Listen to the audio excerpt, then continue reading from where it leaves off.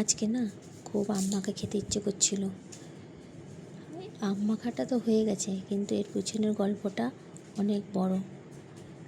তো পাশের বাড়ির বান্ধবীকে বললাম, কী রে, আম মাখা করবি? আম খেতে ইচ্ছা করছে। তো কোথায় আম পাবো? সামনের বাড়িতে আম গাছ আছে, বাড়িতে ওরা কেউ ছিল না অবশ্য। তো গিয়ে একটা লাঠি নিয়ে আম পেড়ে নিলাম।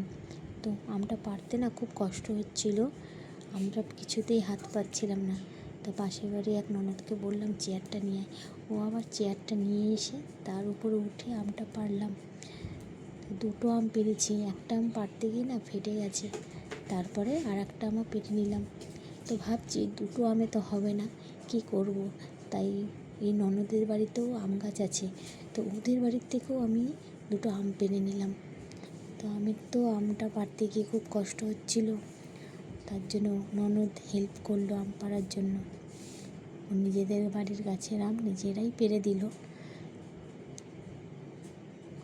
ও পারতে পারছিল না, আমগুলো গাছে অনেক আম হয়েছে, তাই এতগুলো আম পেড়ে নিলাম দুটো গাছ থেকেই। আমগুলো পাড়া হয়ে যাওয়ার পরে বান্ধবীকে বললাম, এবার নে তুই আম মাখা কর। তো ওদেরকে বললো যে ঠিক আছে আয়, নিয়ে আমি আম মাখাগুলো করে নিচ্ছি। তো একটা আম ফেটে গেছিলো, একটু খুঁটে দেখলাম কেমন খেতে, ভীষণ টক ছিল। তারপরে বান্ধবী আম মাখা করতে বসেছে, একা একা আম মাখা করতে বসছে আর আমাকে খুব বকাবকি করছে। তো এই ছিল আমাদের আজকে আম মাখা খাওয়ার গল্প।